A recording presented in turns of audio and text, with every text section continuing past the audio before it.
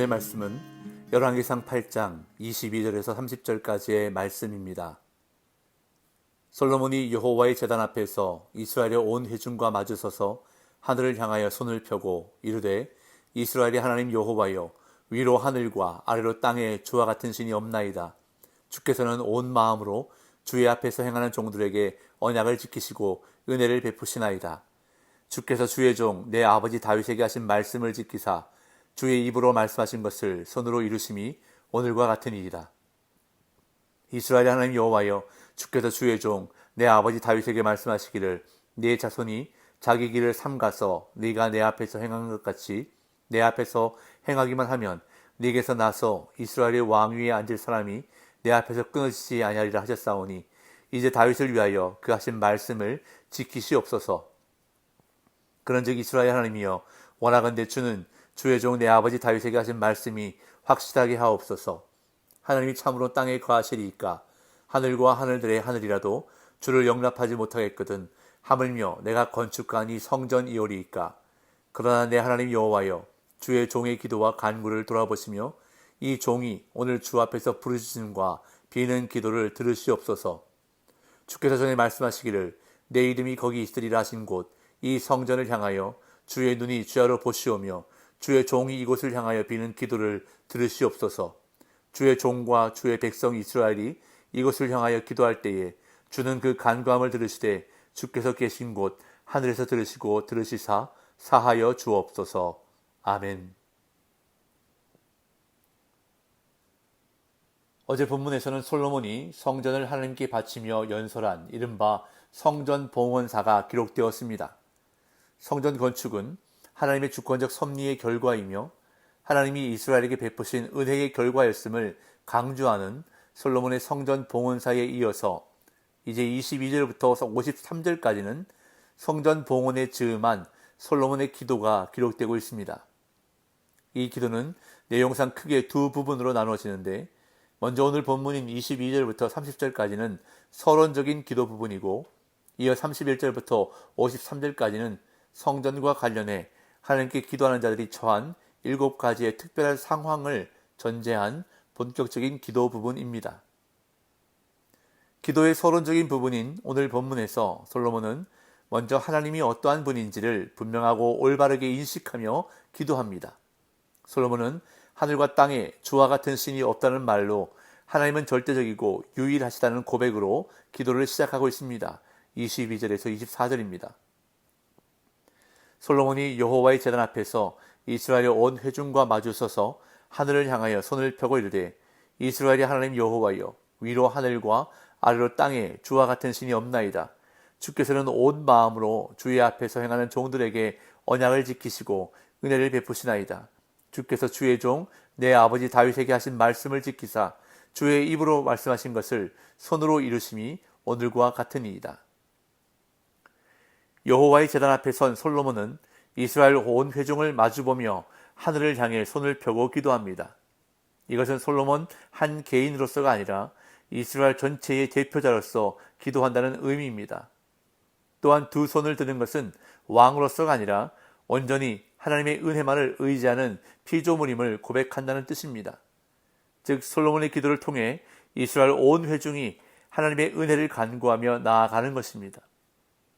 솔로몬은 하늘과 땅에 주와 같은 신이 없다는 말로 하나님은 절대적이고 유일하시다고 고백하는데, 이 말의 의미는 이어지는 구절에서 하나님이 종들에게 언약을 지키시고 은혜를 베푸시는 것으로 증명됩니다.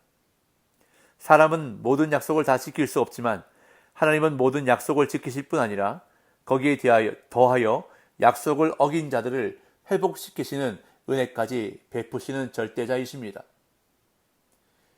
이어 솔로몬은 하나님이 자기 아버지 다윗에게 하신 말씀을 지키셨고 성전의 완공이 바로 그 약속이 이루어진 것이라 고백합니다.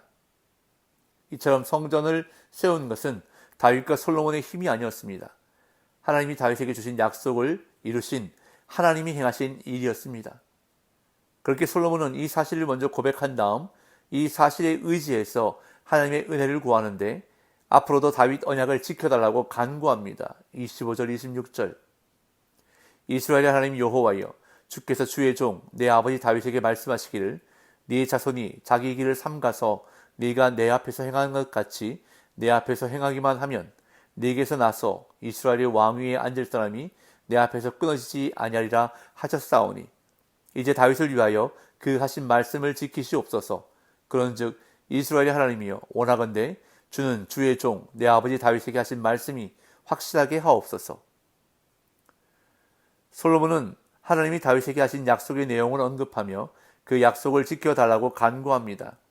하나님은 다윗의 자손이 하나님의 말씀에 순종하면 왕위가 끊어지지 않게 하겠다고 약속하셨습니다. 하나님이 허락하신 나라와 왕권이 영원히 세워질 것이라는 언약이었습니다. 솔로몬은 다윗을 위해 약속하신 그 말씀, 네 자손이 자기 길을 삼가서 네가 내 앞에서 행한 것 같이 내 앞에서 행하기만 하면 네게서 나서 이스라엘의 왕위에 앉을 사람이 내 앞에서 끊어지지 아니하리라 라는 말씀을 붙잡고 이제 그 말씀을 지키시고 확실하게 해달라고 간구합니다. 이는 하나님께 약속의 실현을 강요하는 말이 아니라 오히려 하나님을 전적으로 의지할 수밖에 없는 나약함을 고백하는 말입니다. 솔로몬 자신도 아버지 다윗처럼 하나님 앞에서 행하기를 소원하며 대대로 그렇게 행하기를 소망하는 것입니다. 이어 솔로몬은 성전이 그 역할을 잘 감당할 수 있도록 기도합니다. 이 성전이 자신과 이스라엘 백성들의 기도가 하나님께로 전달되는 도구로 사용되기를 소망하며 간구하는데 먼저 하나님이 어떤 분이신지를 고백합니다. 하나님은 자기가 지은 성전 안에 계실 수 없는 크신 분이심을 인정하며 고백합니다. 27절 하나님이 참으로 땅에 거하시리이까 하늘과 하늘들의 하늘이라도 주를 용납하지 못하겠거든 하물며 내가 건축한 이 성전이오리이까. 솔로몬은 어제 본문 12절에서 분명히 성전을 가리켜 하나님이 영원히 거하실 처소라고 했습니다. 그런데 이제는 이 성전에 하나님이 거하실 수 없다. 이 성전이 하나님의 임재를 감당할 수 없다고 고백하고 있습니다. 그 이유는 바로 하나님은 정해진 공간에 물리적으로 제한될 수 없는 존재라는 사실을 솔로몬은 알고 있었기 때문입니다. 그럼에도 불구하고 하나님의 처소라고 불렸습니다. 왜냐하면 성전이 하나님의 집인 이유는 성전이라는 공간이 능히 하나님을 담아낼 수 있어서가 아니라 하나님이 모세를 통해 하신 약속 때문입니다. 하나님은 신명기 12장 11절에서 모세를 통해 너희의 하나님 여호와께서 자기 이름을 두시려고 택하실 그곳이라고 말씀하셨고 솔로몬은 그곳이 바로 성전임을 고백하는 것입니다. 이곳에 하나님이 자기 이름을 두시려고 택하셨으니 주의 눈이 주야로 보시며 이것을 향해 비는 기도를 들으시길 솔로몬은 간구합니다. 28절에서 30절 그러나 내 하나님 여호와여 주의 종의 기도와 간구를 돌아보시며 이 종이 오늘 주 앞에서 부르짖음과 비는 기도를 들으시옵소서. 주께서 전에 말씀하시기를 내 이름이 거기 있으리라 하신 곳 이 성전을 향하여 주의 눈이 주야로 보시오며 주의 종이 이곳을 향하여 비는 기도를 들으시옵소서. 주의 종과 주의 백성 이스라엘이 이곳을 향하여 기도할 때에 주는 그 간구함을 들으시되 주께서 계신 곳 하늘에서 들으시고 들으시사 사하여 주옵소서.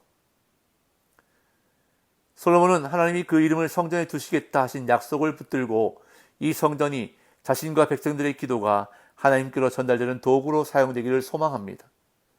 하나님은 너무 크셔서 성전 안에 계실 수 없는 분이지만 마치 인간이 지은 성전 안에 사시는 것처럼 임재하사 자기 백성이 성전을 향해 기도할 때에 들어주시기를 바라는 것입니다. 주의 이름을 두신 성전을 향해 기도하는 것은 곧 주의 이름을 의지해 기도하는 것입니다. 자신의 의로움이 아니라 오직 하나님의 거룩하시고 자비하신 이름의 의지에 긍휼을 간구하는 것입니다. 이처럼 그리스도인은 예수님의 이름을 의지해 하나님 앞에 나아가는 사람들입니다. 그리고 예수님의 이름을 의지해 하나님께 기도하는 사람들입니다. 오늘 본문을 통해서 교회의 본질은 기도인 것을 다시 한번 깨닫게 됩니다. 교회는 만민이 기도하는 집입니다. 교회의 본질은 바로 기도가 살아 있어야 하는 곳입니다. 오늘날 교회가 점점 힘을 잃어가는 이유가 무엇 때문입니까? 교회의 본질을 자꾸 놓쳐버리기 때문입니다. 아무리 시대가 변하고 바뀌어져 가지만 결코 변하지 말아야 하는 것은 바로 교회는 기도하는 집이라는 본질입니다. 교회가 기도할 때 능력이 나타나는 것입니다. 성도가 기도할 때 능력의 삶을 사는 것입니다. 사도행전에 등장하는 초대교회가 능력이 있었던 것은 바로 그들이 모여 함께 기도에 힘썼기 때문입니다. 우리 교회가 교회의 본질인 기도가 살아있는 교회 되기를 간절히 소망합니다. 주의 이름으로 기도할 때마다 하늘 문이 열리고 하늘에서 우리의 기도를 들으시고 응답해 주시는 복과 은혜가 넘치기를 간절히 소망합니다. 그리함으로 오늘도 기도의 능력이 나타나는 복된 날 되시기를 예수님의 이름으로 축복합니다.